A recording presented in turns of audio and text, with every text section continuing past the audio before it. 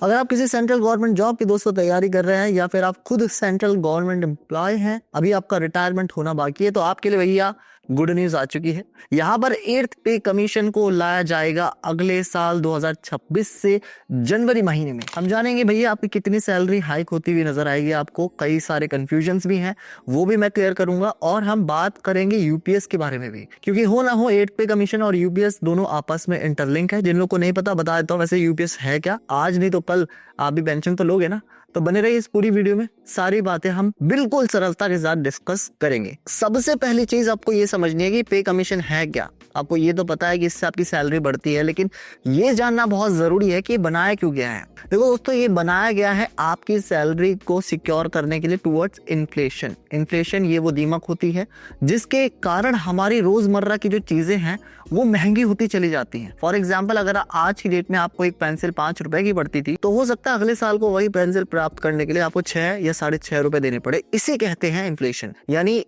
औकात उस ऑब्जेक्ट की वही रही, लेकिन उसे खर्च करने के लिए आपको अपनी जेब से ज्यादा पैसा देना पड़ेगा। अब जरा सोच के चलिए कि अगर आपकी जो सैलरी है वो पुराने तौर पे आती रहे, तो कैसे आप वो सारी चीजें अपने रोजमर्रा के जीवन में जो यूज करते हैं, भाई साबुन हो गया, नहाने की टिकिया हो गई, आपका घर का राशन हो गया, ये वाईफाई का बिल, बिजली का बिल, पानी का बिल, ये सारी बेसिक जरूरतें आप अपनी सैलरी से ही पूरी करते हैं। लेकिन ये सारे चीजों की जो रेट है वो तो बढ़ रहे हैं और सैलरी आपकी उतनी की उतनी है। तो इसी चीज को देखते हुए सरकार के द्वारा पे कमीशन को लाया गया था, जिससे आपकी जो सैलरी है वो इन्फ्लेशन से सिक्योर रहे। इन्फ्लेशन का जो असर है आपकी सैलरी पे ना हो, आपके घरों में ना हो, इस वजह से इस पे कमीशन को लाया गया था। पहला पे कमीशन आया था दोस्तों 1946 में, जब उस टाइम की मैं बात कर रहा हूँ। बेसिक जो सैलरी हुआ करती थी 55 रुपए हुआ करती थी, 55 रुपए महीना। इसके बाद 6th पे कमीशन आया, ये आया था 2006 में। यहाँ पर आपकी जो बेसिक सैलरी हुआ करती थी वो 7,000 रुपए हुआ करती थी। बेसिक सैलरी से मेरा मतलब है कि कम से कम अगर आपकी गवर्नमेंट नौकरी लगेगी लेवल 1 की भी,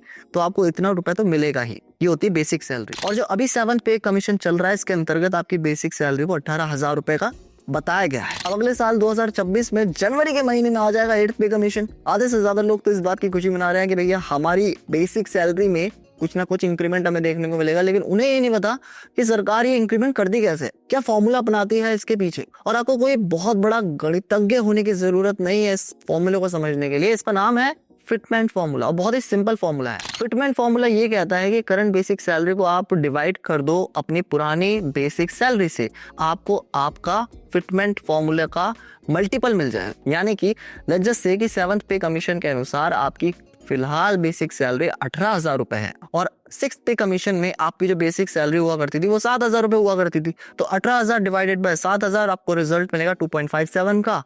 तो ये 2.57 का फिलहाल आपको फिटमेंट देखने को मिल रहा है। अब सरकार के पास 2.57 का मल्टीपल आ जाता है फिटमेंट के तौर पे।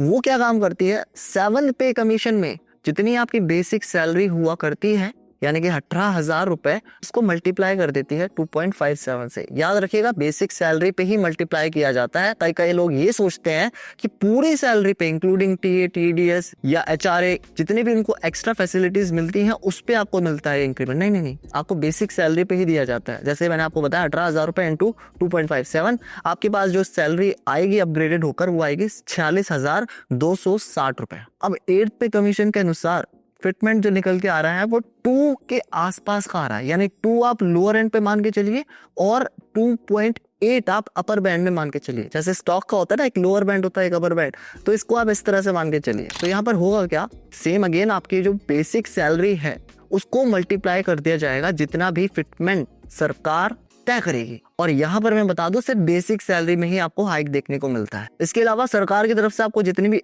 एक्स्ट्रा फैसिलिटीज मिलती है अपार्ट फ्रॉम ये बेसिक पे, जैसे कि एचआरए मिलता है आपको, ये आपके शहर पर निर्भर करता है कि भाई कितना % आपको एचआरए मिलेगा। अगर आप बहुत ज्यादा पॉपुलेटेड शहर में रहते हो या फिर जहां पर कॉस्ट ऑफ लिविंग ज्यादा है वहां रहते हो तो ये थोड़ा ज्यादा होता है, 24% के करीब होता है। अगर आप देहरादून रहते हो, शिमला रहते हो, तो ये 8, 9, 10% तक हो सकता है। ये डिपेंड करता है आप कहाँ जॉब कर रहे हो, किस शहर में हो और किस शहर में आप जॉब कर रहे हो। ठीक है, यहाँ पर ये उतना ही मिले, इसके अलावा बाकी की जो फैसिलिटीज है वो भी उतनी ही मिलेगी जो मिलती आई हैं। एक चीज और बता दूं, जो डीए मिलता है आपको, डीएनएस अलाउंस, तो वो उस साल नहीं मिलता जिस साल आपकी सैलरी इंक्रीमेंट की तरफ जाती है, यानी जो बेसिक सैलरी है आपकी उसमें इजाफा आपको देखने को मिलता है जिस साल, जैसे अगले साल को देखने को मिलेगा, तो आपको डीए नहीं मिलेगा जो 50% मिलता है। इतनी पागल थोड़ी सरकार आपको 50% डीए भी दे दे, आपकी सैलरी भी हाइक करके दे दे, ऐसे तो वो रास्ते पे आ जाएगी। मोदी जी भाषण से उठकर अपने पॉडकास्ट तक तो पहुंच ही गए हैं। आने वाले टाइम में आप क्या चाहते हो कि बिल्कुल रास्ते पे आ जाए? ऐसे बेरहमी मत करो यार बिल्कुल। अब बात करते हैं यूपीएस यानी यूनिफाइड पेंशन स्कीम की, जो कि 1 अप्रैल 2025 से लागू पूरे देश में हो जाएगी।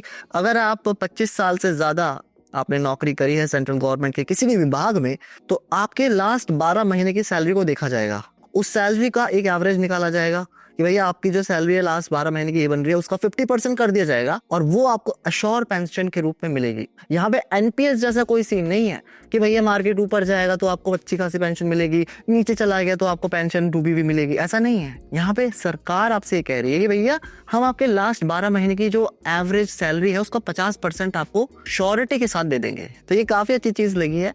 जो लोग एनपीएस में फिलहाल पेंशन ले रहे हैं वो वैसे ही लेते रहेंगे। जो लोग अभी रिटायर होने वाले हैं और 1 अप्रैल 2025 के बाद होंगे, तो उनको ऑप्शन दे सकती है सरकार कि भैया आप एनपीएस में जाना चाहते हैं, यूपीएस में जाना चाहते हैं। और अभी अगर आपकी नौकरी लगी है तो भैया आपके लिए तो बहुत ही बढ़िया है, यूपीएस में आप डायरेक्ट जाओगे, आपके पास और कोई चॉइस है नहीं। इसके अलावा एक चीज और बता देता हूँ, अगर आपको किसी भी सरकारी विभाग में काम करते वक्त जो सेंट्रल गवर्नमेंट के तहत आता है, 10 साल से ज्यादा का वक्त हो गया है और आप वीआरएस वगैरह लेना चाहते हैं या पेंशन लेना चाहते हैं, तो आपके लिए एक ऑप्शन खुला है यूपीएस में। भैया आपको 10,000 रुपए महीना सैलरी, एक तरह से पेंशन की सैलरी आ जाया करेगी।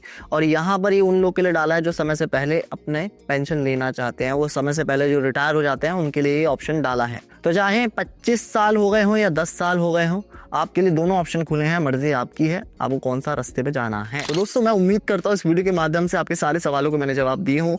आपको ये समझ में आया कि भैया पे कमीशन में आपकी सैलरी में इंक्रीमेंट कैसा होता है, कैसे वो फॉर्मूला निकाला जाता है फिटमेंट का, कैसे वो काम करता है, यूपीएस क्या है, एनपीएस क्या है, किस तरह से आपको पेंशन देखने को मिलेगी, सारे के सारी चीजें आपको समझ में आ चुकी होंगी। लेकिन फिर भी मैं भी इंसान हूँ, आप भी इंसान है, मेरे से कुछ छूट गया हो तो आप कमेंट करके मुझे बता देना। और आपका क्या मानना है इस आने वाले 8 पे कमीशन के बारे में मुझे कमेंट करके जरूर बताना, ताकि मुझे भी पता चले आपकी बेसिक सैलरी में कितना इंक्रीमेंट होने वाला है। मैं मिलता हूं आपको दोस्तों अगली वीडियो में, तब तक के लिए जय हिंद जय भारत।